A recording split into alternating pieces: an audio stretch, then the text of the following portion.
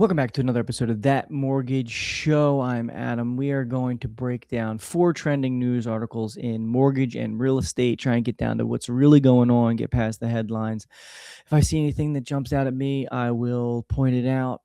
I'll give my opinion about some things. We're going to talk mortgage rates, inventory, mortgage applications, and affordability. So we will get right into it. So this first article is headlined Average U.S. Long-Term Mortgage Rate Edges Higher, but still near lowest point in 3 years. 2 weeks ago, 2 Fridays ago, rates for about 10 minutes dipped below 6% for the first time in a very long time.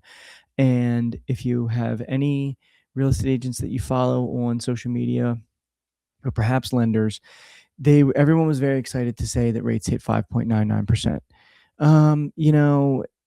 It's a tricky thing because it moves all day long, and the rates that are publicized on the internet it's an average. So, you've got, how averages work.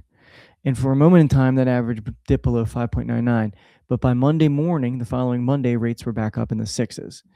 So here we've got U.S. long-term mortgage rate. So U.S. long-term 30-year fixed mortgages edge higher, but still near 3-year lowest point in 3 years. Another thing to understand is lowest point in 3 years. We're kind of already there. 6.25, 6 1/8, 5.99. They're all basically the lowest. So every time it's going to dip into the fives, you're going to see these headlines. Hopefully it happens and they stay in the fives for a very long time, but if right now they kind of go up and down. The average 30-year mortgage rate ticked up, but remains at its lowest level in more than 3 years. So here's the variance. It was 6.09, and then it dipped to 6.06. That's basically the same rate. The biggest takeaway here is that this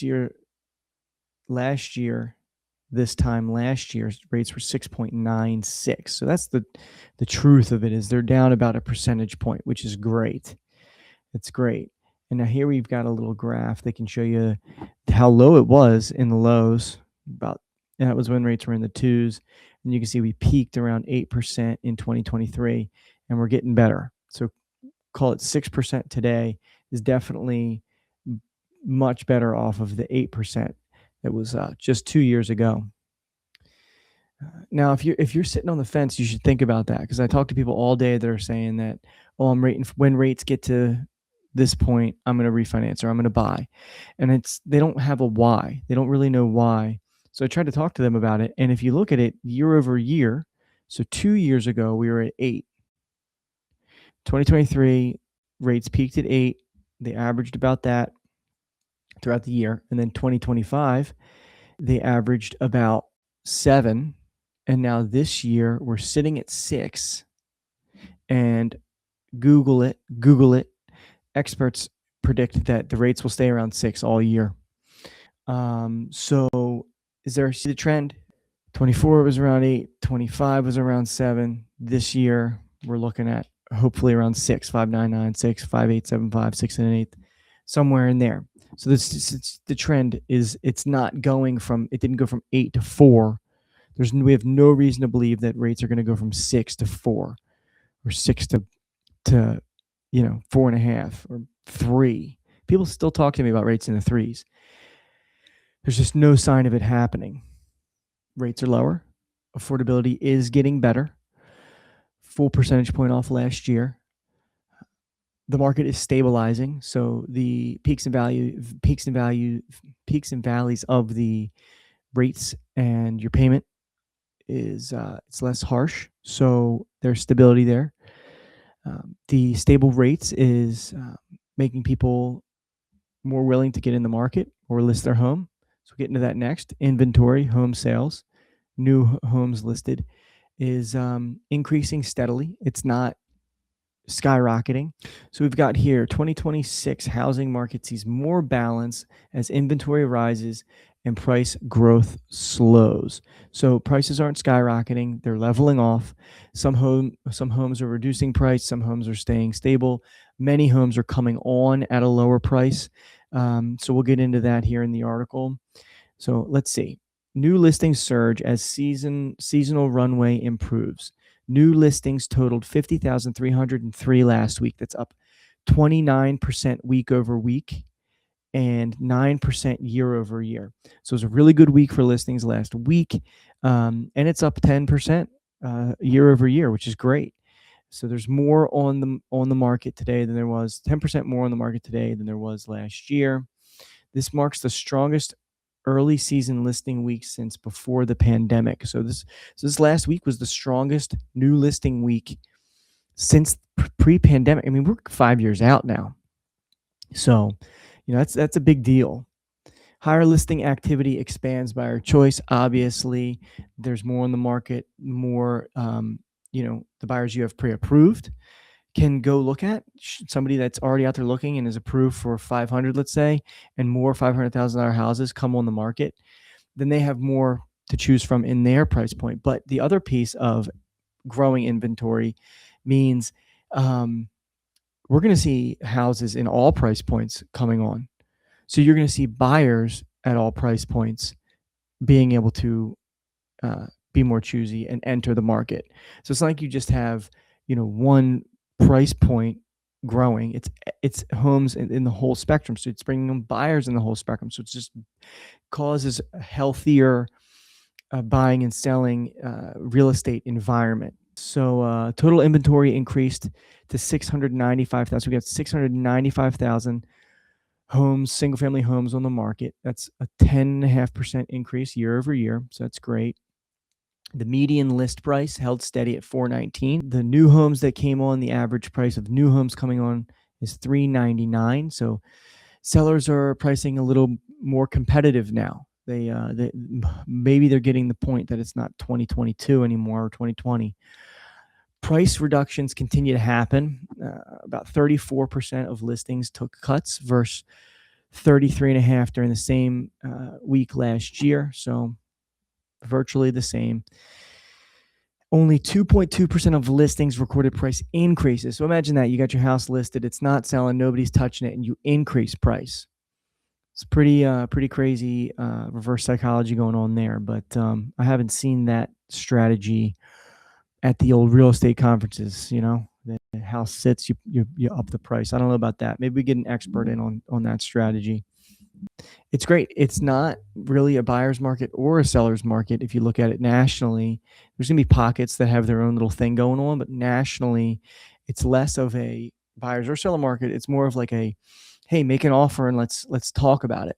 And that's what I'm seeing a lot with my my couple clients or whatever I pre-approve on a monthly basis that I have out there looking. And it is more of like, hey, make us an offer, make us an offer and we'll get to discussing.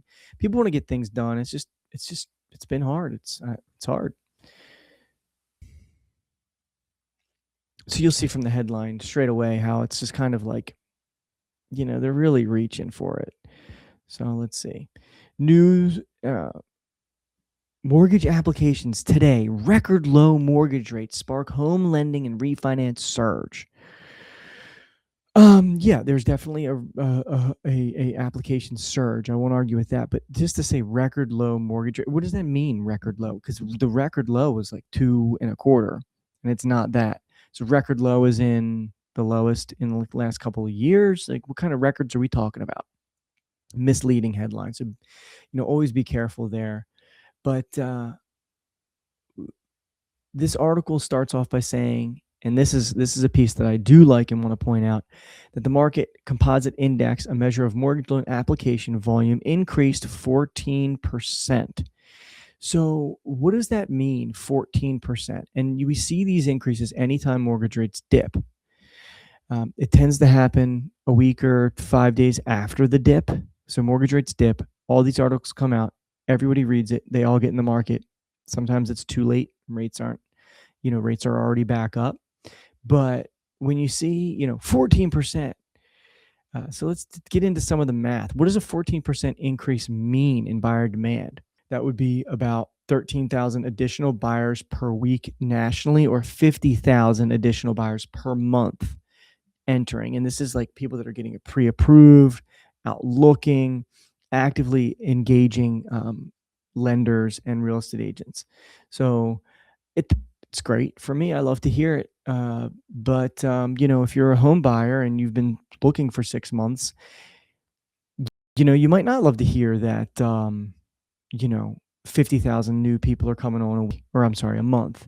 It's a little silly if you ask me. The spike in mortgage applications when rates go down by a quarter of a point, eighth of a point, three quarters of a point, whatever it is, because the dollar figure associated with the drops is just, it's, I don't want to say it's nothing, but I'm going to share my mortgage calculator and we'll run a scenario. All right, so let's see here.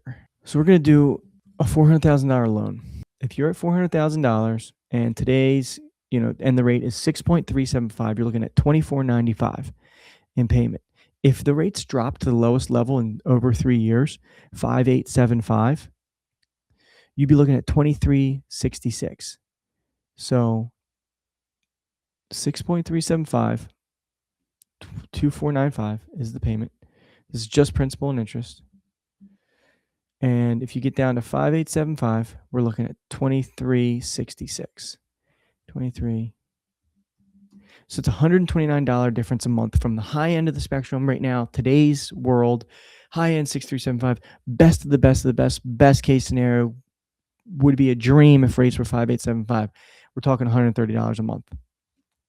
So 50,000 people a month or jump in. 50,000 people jump into the market for $130 a month. It's just hype. It's buying the hype. If $130 a month, or if a 3/8 of a point in interest rate is going to motivate you to buy a house, then you should be doing it now, not waiting. That's my opinion. If these micro fluctuations in interest rate is what's motivating you to get into the market, then you should already be in it and you should already be under contract. And you should be buying a house where you can negotiate price and you can negotiate seller paid closing costs and stuff. You could get in now at 5.875 and get the seller to pay for the cost of the rate. I guarantee it. If you were choosy enough and you were out there and you were making offers, you could find a house in your price range and I could structure it and you could get the seller to pay for the rate that you're waiting for. You could do that today. I can help you structure that too. So Zillow put out a headline. Zillow economists say the housing market will warm up in 2026 with more sales and modest price growth. So, I mean, you don't have to be a Zillow economist to see that. Inventory's rising. Interest rates are better. Affordability is better. So so home values nationally are forecast to grow about 1.2% next year. That's about what they grew last year. The expectation is that affordability will gradually improve. Rates are going down. Wages are going up. Home prices are normalizing. So that's good. More inventory and better affordability are drawing both buyers and sellers back in the market. Because remember, most sellers are going to be buyers. So like if the affordability is terrible, the seller knows, all right, I'm going to sell my house, but then I got to go buy a house most of the time. So as those things as the affordability improves, there's going to be more sellers and be more buyers. It's just all good. The experts are anticipating that mortgage rates are going to stay in the 6% range. I would tend to believe that we're going to be somewhere between, like I've been saying in the show, 5.875 and 6.375 this year. Hopefully it's closer to 6.125 and 5.875 would be great. And, we'll try and do this show more so we can continue to monitor it and change our opinion as things move and just, keep an eye on things. So Zillow is forecasting 4.26 million existing home sales in 2026. So that doesn't include new builds. So that'll put the market rate on average, 5 million homes. Existing home sales and then new construction. So in 2026 is shaping up to be the slowest year for single family home construction since 2019 because there's a large stock of new homes already built and others still under construction. So this Zillow article thinks that new builds are going to slow down. And I mean, I don't know much about that, but I would say that it makes sense. I live in like this giant master plan community, and there's builders all over me. I'm in Florida, so I definitely see it. There are a ton of houses that they've built over the last year and a half, 2 years that are sitting. They do give incentives. All these builders give incentives. They can only give away so much. They need, you need the market to react. But that's the show. I do hope you enjoyed it. I think that if you like it, like, subscribe. You can find it on Instagram, YouTube, getting TikTok up and running. We're going to be live Wednesday night. Rates are normalizing. Inventory is growing steadily. It's not spiking. It's nice, healthy. Prices are stabilizing. They're flat.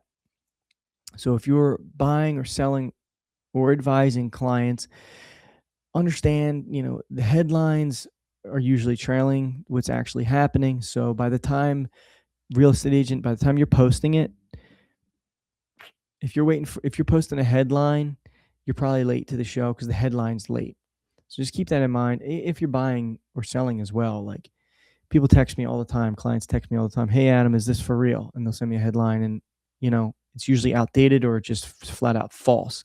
So find somebody you know and trust. If you want to develop a relationship with me, I would love that.